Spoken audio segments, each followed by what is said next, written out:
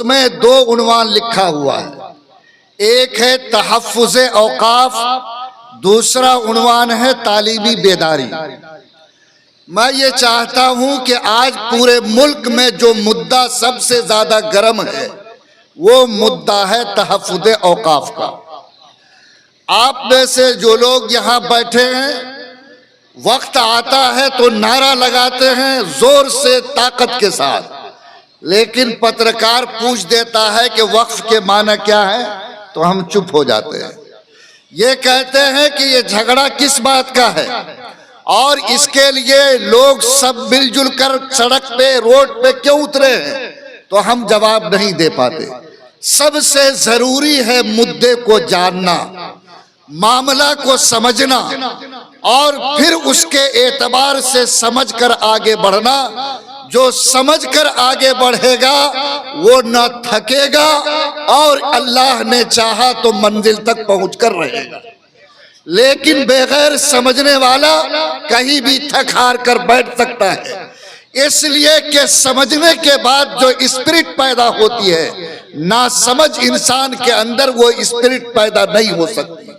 میں شکر گزار ہوں سٹین آباد کے مسلمانوں کا، جوانوں کا، علماء کا، انہوں نے اس بات کو محسوس کیا کہ آج جس نام وقف کے عنوان سے ہم لوگ کبھی سڑک پر کبھی میدان میں کھڑے ہیں، اس مسئلے کو جانیں، اس جھگڑے کو سمجھیں اور جس طاقت کے ساتھ ہم آواز اس کے خلاف لگا رہے ہیں اس کے حقیقت تک پہنچے۔ میں یہ چاہتا ہوں کہ یہ ذمہ دار مجمع پورے سکون کے ساتھ معاملہ کو سمجھنے کی کوشش کرے۔ آپ کے علم میں ہے کہ اس جلسے کا پروگرام زیادہ دیر نہیں چلنا ہے۔ کل آپ کو پاٹیل میدان سہرسہ جانا ہے اور پورے ضلع کی سطح پر آپ کو اپنے ہاتھ اور آپ کو اپنے سر کی گنتی دکھانی ہے۔ جمہوری ملک میں یاد رکھیے علم کو تولا نہیں جاتا، آدمی کے ہاتھ اور سروں کو گنا جاتا ہے۔ جمہوریت ایک طرز حکومت ہے کہ جس میں جمہوریت ایک سرد حکومت ہے کہ جس میں بندوں کو گنا جاتا ہے، تولا نہیں جاتا۔ آپ کو بھی اپنی گنتی اس آواز کے ساتھ دکھانی ہے کہ نہیں سحری کھا کے سو جائیے گا، ارے جاگ کر کے کل پاٹیل میدان پہنچیے گا۔ جتنا آدمی ہاتھ اٹھائے ہیں سب اللہ سے وعدہ کیے ہیں اور آپ نے اپنے رب کو گواہ بنایا ہے۔ لوگ کہے کہ 2 دن میں کہاں سے سواری کریں گے، بچہ بیمار ہو جائے سواری کا انتظام ہوگا کہ نہیں ہوگا، لوگوں کوئی تکلیف آ جائے، ہمارے ڈی ایس پی صاحب کا فون آ جائے، کوئی ڈی ایم صاحب کی چٹھی آ جائے، لوگ جس جگہ پر ہو لٹک کر کے بھی سہرسہ پہنچے گا۔ کیا رب کے نام پر اللہ کی شریعت کے بچاؤ کے لیے اس ملک میں اپنے حق کی حفاظت کے لیے اور این آر سی سے آگے بڑھ کر آپ کے شریعت کے تحفظ کے تقاضے کے لیے اگر رب آپ کو آواز دیتا ہے تو بولو ایک بندے مومن کا قدم بڑھنا چاہیے کہ نہیں بڑھنا چاہیے۔ یاد رکھو اس ملک میں تمہاری حفاظت کا، تمہارے حق کے تحفظ کا یہی ایک ذریعہ ہے۔ اس لیے حوصلہ ہارنا مت، ہمت کو چھوٹی مت کرنا۔ چاہے آج سٹین آباد کا ایک جلسہ ہو، کل چاہے سہرسہ کا احتجاجی اجلاس ہو، اگر آواز پٹنہ جانے کی دی جائے گی، دلی کے لیے پکارا جائے گا تو ایک مرد مومن سب کچھ قبول کر سکتا، ایمان اور شریعت پر حملہ قبول نہیں کر سکتا ہے۔ اس لیے اس جذبہ ایمانی کے ساتھ آپ سب کو پوری توانائی کے کھا کر انشاءاللہ کل سہرسہ کے پاٹیل میدان پہنچ کر دکھانا ہے انشاءاللہ۔ ذرا پاور سے ہاتھ اٹھائیے، الحمدللہ انشاءاللہ۔ یہ جو معاملہ اس وقت اٹھا ہوا ہے وقف کا، دیکھیے یہ وقف جو ہے عربی کا لفظ ہے جس کے معنی آتے ہیں رک جاؤ ٹھہر جاؤ، رک جاؤ ٹھہر جاؤ، یہ عربی کا لفظ ہے۔ یہ لفظ جب جائیداد کے دینے کے معاملے میں آ کر کے اٹکا تو اس کا معنی یہ ہو گیا کہ کوئی بھی بالغ آدمی اپنی پراپرٹی اگر کسی نیک کام کے لیے دان کرتا ہے تو اس کو وقف مانا جاتا ہے۔ کوئی بھی بالغ آدمی اگر اپنی پراپرٹی کسی نیک کام جس کو شریعت نے نیک مانا ہو اگر اس نیک مقصد کے لیے دان کرتا ہے تو شریعت کے اصطلاح میں اس کو وقف کہا جاتا ہے۔ آپ جانتے ہیں کہ آپ جس مذہب کو مانتے ہیں اس مذہب نے ہمیشہ اپنے ماننے والوں کو دو باتیں سکھائی ہے: مجبوروں کی مدد کرو، کمزوروں کے سہارا بنو، جو بے سہارا ہے اس کو سہارا دو۔ بولو یہ اسلام کی تعلیم ہے یا نہیں ہے؟ اب کمزوروں کے مدد کرنے، غریبوں کا سہارا دینے، یتیموں کے آنسو پوچھنے کا دو راستہ ہے۔ ایک تو آدمی وقتی طور پر جیب سے کچھ نکال کر مدد کر دے، کوئی بھوکا ہے اس کو کھانا کھلایا، کوئی ننگا ہے اس کو کپڑا پہنایا، کوئی بیچارہ پیسے کا محتاج ہے اس کو پیسہ دیا، یہ صدقہ کہلاتا ہے، وقتی مدد کہلاتی ہے۔ لیکن ایک آدمی جانتا ہے کہ سٹن آباد میں پڑھنے کے لیے کوئی مدرسہ نہیں ہے، سجدے کے لیے کوئی مسجد نہیں ہے، لوگوں کے پانی پینے کے لیے کوئی کنواں نہیں ہے۔ اب اس نے سوچا کہ اگر ہم 10 روپیہ دان دیں گے وقتی صدقہ ہوگا، وقتی ثواب ہوگا۔ لیکن اگر ہم چاہتے کہ پرماننٹ ثواب ملے، دنیا میں رہے تب بھی ثواب ملے، مر جائے تب بھی میری روح کو ثواب ملے، تو وہ پرماننٹ صدقہ کرتا ہے، یعنی مسجد کے لیے زمین دان کیا، مدرسے کے لیے زمین دان کیا، کنواں کے لیے زمین دان کیا، اور یہ کہا کہ یہ ہم اللہ کے نام پر وقف کرتے ہیں۔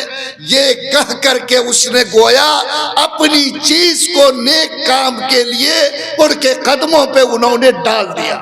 اب یہ کام ان کا وقف ہوا اور جس مقصد کے لیے اس نے دیا ہے اس مقصد کے اعتبار سے استعمال ہو کر اس کا ثواب ہمیشہ ہمیشہ کے لیے اس کی روح کو پہنچے گا۔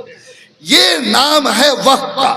لیکن کوئی آدمی اگر ایسا کر لیتا ہے تو جو جائیداد اس نے دی ہے اس پر 3 قسم کا حکم لاگو ہو جاتا ہے۔ پہلا یہ، جیسے ہی نیک کام کے لیے اللہ کے لیے اس نے اس کو وقف کیا، یہ لفظ بولتے ہی وہ چیز اب اس کی ملکیت سے نکل کر اللہ کی ملکیت میں چلی جاتی ہے، اور وہاں پر سائن بورڈ لگتا ہے وقف، خبردار اب اس پر کسی کی نہیں چلے گی، صرف اللہ کی چلے گی۔ اور یہ چیز نہ آج کے بعد بیچی جائے گی، نہ بدلی جائے گی، نہ رہن رکھی جائے گی، بلکہ یہ چیز اپنے جسم و جثہ کے ساتھ باقی رہے گی، اور اس کے نفع کو جس خیر کے لیے طے کیا گیا وہ نفع اس خیر کے کام میں استعمال کیا جائے گا۔ لوگوں، آپ کو معلوم ہے کہ جو بھی مسجد کی زمین ہے، مدرسے کی زمین ہے، جو بھی دین کے کام کے لیے زمین دی گئی، اسی کے اوپر شریعت میں وقف کا لفظ لاگو ہوتا، اور اس کے لاگو ہونے کے بعد وہ چیز اللہ کی ملکیت میں چلی جاتی، بندہ کوئی بھی اس کا مالک نہیں رہتا، اور اس کے بارے میں یہ سائن بورڈ لگ جاتا، وقف، ٹھہر جاؤ، خبردار اب کوئی بھی انسان، کوئی بھی بندہ اس پر اپنی حکومت نہیں چلا سکتا، بلکہ وافق کے منشے کے مطابق اس کا استعمال ہوگا۔ وہ چیز اللہ کی ملکیت ہوگی، نہ وہ چیز خریدی جائے گی، نہ بیچی جائے گی، نہ بدلی جائے گی، نہ رہن رکھی جائے گی، بلکہ وہ چیز اپنی حیثیت کو باقی رکھتے ہوئے اس کے نفع کو خیر کے کام میں استعمال کیا جائے گا۔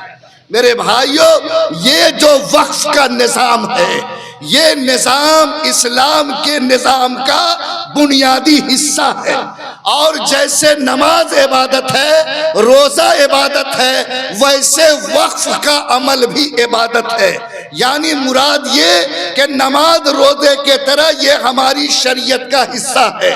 چنانچہ مسلم پرسنل اللہ کے اندر جو 17 قسم کے معاملات آتے ہیں ان میں ایک معاملہ وقف کا بھی ہے۔ یعنی وقف کو شریعت کا پارٹ اور شریعت کا حصہ مانا گیا۔ یہ ہمارے مذہب کا اٹوٹ حصہ ہے جس کا نام وقف ہے۔ یہ وقف کا سلسلہ کہاں سے شروع ہوا؟ کچھ لوگ کہتے ہیں کہ مسلمان یہاں دیکھا کہ دوسرے کی زمین ہے تو ہاتھ رکھ رکھ کے اس کو وقف کی زمین بنا لیا۔ ہرگز نہیں، یہ وقف کا سلسلہ جناب محمد الرسول اللہ صلی اللہ علیہ وسلم کے وقت سے شروع ہوا۔ سب سے پہلے اللہ کے رسول نے مسجد قباء کے لیے زمین خرید کر وقف فرمایا تھا، اور یہ اس زمین پر اسلامی تاریخ میں وقف کی پہلی مثال تھی جو خود اللہ کے رسول نے اس کی ابتدا کی تھی۔ وقف کا دوسرا مرحلہ اس وقت آیا جب جنگ احد کے اندر ایک یہودی مارا گیا جس نے یہ وصیت کی تھی کہ اگر میں جنگ میں مارا جاؤں میرے اتنے باغ ہیں یہ سب اللہ کے رسول کے حوالے ہوں گے اور وہ اپنی مرضی سے اس کو نیک کام کے لیے استعمال کریں گے۔ جس کو اللہ کے رسول نے نیکی کے راہ کے لیے وقف فرمایا اور وہاں سے وقف کا دوسرا سلسلہ شروع ہوا۔ پھر اس تاریخ سے لے کر کے آج تک کی تاریخ میں جہاں جہاں ضرورت پڑی مسلمانوں نے اپنا مال، اپنی جائیداد نیک کاموں کے لیے وقف کیا، اور پوری تاریخ میں یہ سلسلہ چلتا رہا۔ ہندوستان میں وقف کا سلسلہ آپ جانتے ہیں کہ صحیح تحقیق یہ ہے کہ اللہ کے رسول کے عرب میں موجود رہتے ہوئے ہندوستان میں اسلام کی روشنی پہنچ چکی تھی، اور کیرل میں جو مسجد بنی ہے اس مسجد کی تاریخ یہ کہتی ہے کہ اللہ کے رسول کے آخری زمانے میں وہ مسجد تعمیر ہوئی۔ ظاہر ہے وہ مسجد بھی وقف کی زمین پر تعمیر ہوئی، اور اس وقت سے لے کر کے اس ہندوستان میں بھی جائیداد کو اللہ کی راہ میں دینے کا سلسلہ جاری ہے۔ اگرچہ آج کے لکھنے والے کہتے ہیں کہ سلطان غوری کے زمانے سے وقف کا نظام یہاں کھڑا ہوا، وہ بادشاہی اعتبار سے نظام تھا، ورنہ مسجد، مکتب، عیدگاہ، کنواں، قبرستان اس اعتبار سے 1446 سال پہلے یعنی جب سے اسلام دنیا میں آیا اسی وقت سے یہ سلسلہ جاری ہے، اور آج تک یہ سلسلہ الحمدللہ چل رہا ہے۔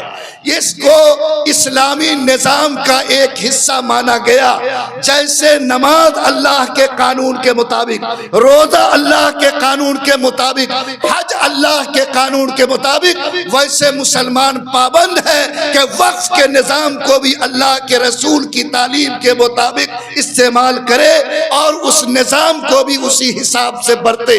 اب بتاؤ کہ اگر یہ وقف ہمارے مذہب کا حصہ ہے تو آج کی تاریخ میں اس ملک کا جو سمویدھان ہے، اس ملک کا جو آئین ہے، جو سرو اتم ہے، جس سے دیش چلتا ہے، اور اس دیش کا گرو، اس دیش کا سب سے بڑی شان یہی ہے کہ اس دیش کے اندر ایک ایسا سمویدھان موجود ہے جو سمویدھان پوری دنیا کے ملکوں کے مقابلے میں سب سے مضبوط سمویدھان ہے۔ وہ سمویدھان جس کے سائے میں ملک کا نظام چل رہا، اس سمویدھان کے لکھنے والے نے آرٹیکل 14 سے لے کر آرٹیکل 25 میں، آرٹیکل 29 میں، آرٹیکل 26 میں ساری جگہوں میں اس بات کو وضاحت سے لکھا ہے کہ اس ملک میں رہنے والا ہر انسان کوئی بھی مذہب اپنے پسند کی قبول کر سکتا ہے، کسی بھی مذہب پہ چل سکتا ہے، کسی بھی مذہب کے پرچار پرسار میں حصے دار بن سکتا ہے، اور اپنے پسند کے حساب سے اپنا مذہبی ادارہ چلا سکتا ہے۔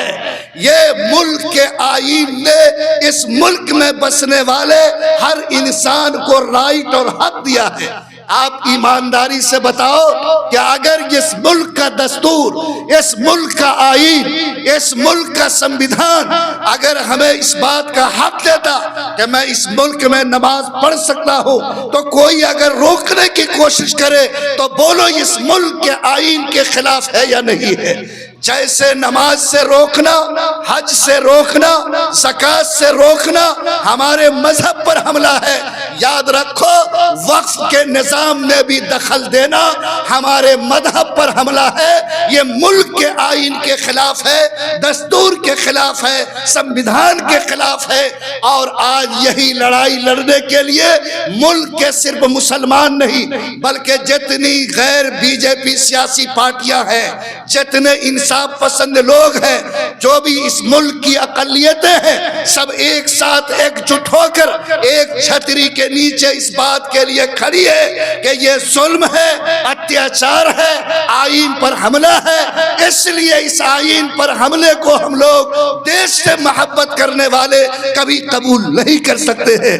اس لیے مت سمجھنا کہ یہ مسلمانوں کا پارٹیکولر معاملہ ہے اور ہمارے ایک مذہب کے تعلق سے کوئی عنوان ہے، نہیں، یہ سنویدھانک لڑائی ہے، دستوری جنگ ہے۔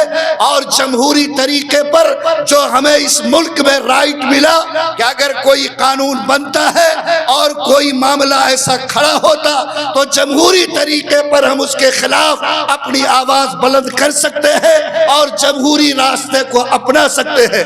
لوگوں، اسی بنیاد پر جب یہ قانون بن کر سامنے آنے سے پہلے جب بل سامنے آیا تھا اور اس کو دیکھنے والوں نے دیکھا اور پڑھنے والوں نے پڑھا تو صاف یہ محسوس ہوا کہ یہ ہمارے مذہبی حق پر کھلا ہوا حملہ ہے، یہ دستور سے ٹکراتا ہے۔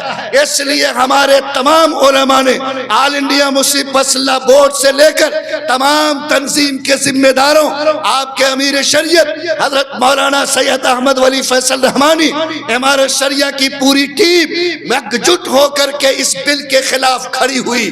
لیکن آپ کو معلوم ہے کہ جب یہ بل سامنے آیا تھا کتنی ساری کوششیں کی گئی، جے پی سی بنائی گئی، جے پی سی کے ممبران آئے، ہم لوگوں نے کتنی نشستوں میں کئی اسٹیٹ میں جا کر بات کیا اور یہ کہا کہ یہ چیز غلط ہے، آپ اس کا سدھار کیجئے اور ایسا قانون بنائیے جو قانون آئین سے نہ ٹکرائے، جس قانون سے ہمارے اوقاف کی حفاظت ہو سکتی ہو۔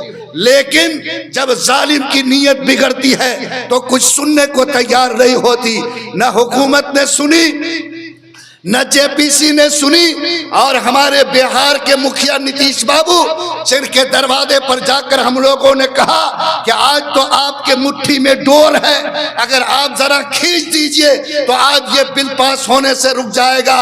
ان کو بھی ورغلایا گیا، ان کو بھی ایسا سمجھایا گیا کہ وہ بھی اس بات کا ساتھ دینے کو تیار نہیں ہوئے، اور آپ کو معلوم ہے کہ یہ بل قانون میں بدل دیا گیا اور باقاعدہ راشٹرپتی کے دستخط کے ساتھ اس قانون کو ملک میں نافذ کر دیا گیا۔ لوگوں، پہلے مرحلے میں ہم لوگوں نے بل کو رکوانے کی کوشش کی لیکن وہ بل رک نہیں سکا، اب وہ قانون بن گیا۔ جب کوئی قانون بن جائے تو ایک سمجھدار انسان کے لیے، سچے وفادار شہری کے لیے، جس کا حق مارا گیا ہو، اس کے لیے کیا راستہ ہے یاد رکھو۔ اور لوگوں کے لیے تو دو، ہمارے لیے تین راستے بچتے ہیں۔ پہلا راستہ یہ ہے کہ ہم یہاں کی سب سے سپریم جو عدالت ہے، جہاں کے ججز آئین کی حفاظت کے لیے اور دستور کی بالادستی کے لیے بٹھائے گئے ہیں، ان کے یہاں گہار لگائے، مقدمہ کرے، ان سے انصاف مانگے تاکہ ان کے ذریعے سے اس قانون کو رد کیا جا سکے، ہمیں انصاف مل سکے۔ دوسرا معاملہ یہ کہ اس جمہوری ملک کے اندر ہم اپنی ناراضگی جمہوری طریقے پر، چاہے سڑک پر بیٹھ کر ہو، میدان میں جمع کر ہو، ریلی نکال کر ہو، دکھائیں تاکہ ہمارے درد کو ہو سکے تو کوئی سن لے، اور یہ درد جو میرے دل سے نکلے، یہ درد کی پکار دور تک پہنچ سکے اور اللہ کے یہاں جواب دہی سے بچ سکے۔ یہ جمہوری طریقے پر احتجاج کا راستہ اپنانا دوسرا راستہ ہے۔ اور تیسرا راستہ ہے کہ ایک سب سے بڑی عدالت ہے اللہ کی عدالت. یاد رکھو وہ مالک جس کے مٹھی میں کائنات کی کنجی ہے، وہ سب سے بڑا سپریمو ہے، وہ سب سے بڑا منصف ہے. ایک سچا مسلمان دنیا کی عدالت میں گہار بھی لگاتا، جمہوری طریقے پر احتجاج بھی کرتا اور اپنے رب کے آخری دربار میں فریاد بھی کرتا ہے. چنانچہ آپ کے امیر شریعت نے، مسلم پرسنل اللہ کے بزرگوں نے یہ دوسرے مرحلے کے لیے طے کیا کہ ہم لوگ مقدمہ کریں گے. چنانچہ آپ کو معلوم ہے کہ 100 سے زیادہ مقدمہ سپریم کورٹ میں کیے گئے. دوسرا راستہ کہ ہم لوگ احتجاج کریں، ریلی نکالیں، امن پسندی کے ساتھ مظاہرے کریں. آپ کے امیر نے کہا کہ چونکہ 5 مئی کو عدالت کے اندر دوسری سنوائی مکمل ہونی ہے، اس لیے اس سے پہلے پورے بہار، اڑیسہ، جھارکھنڈ اور ملک کے دوسرے حصوں میں آپ اپنے درد کو لے کر میدانوں میں، سڑکوں پہ آئیے. اس لیے کہ حکومت کی آنکھ پر پٹی ہے لیکن ججوں کی آنکھ کھلی ہوئی ہے. وہ بھی ملک کے حالات کو دیکھ رہے، وہ بھی گہار لگانے والوں کی صدا کو سن رہے ہیں. ہو سکتا ہے ان کے قلم پہ اس کا اثر ہو، اور جس آئین کی حفاظت کے لیے وہ بیٹھے ہیں، اگر اس رخ پہ ان کا قلم چلتا ہے تو یقینی طور پر اس ایکٹ پر چوٹ پڑے گی اور ہم سب کو انشاءاللہ انصاف ضرور ملے گا. دوسری بات یہ کہی گئی، آپ کے امیر نے کہا کہ احتجاج کرتے ہوئے اللہ سے رشتہ جوڑو، بلکہ جہاں جب احتجاج ہو اس سے ایک دن پہلے روزہ رکھو، دعا کا اہتمام کرو، اس بڑے مالک کی دربار میں اپنی فریاد لگاؤ، اور جب بھی ہاتھ اٹھے تو اللہ سے کہو کہ رب کریم ہم بھکاری بن کر تیری چوکھٹ پر بیٹھے ہیں، تیرے علاوہ میرا کوئی سہارا نہیں.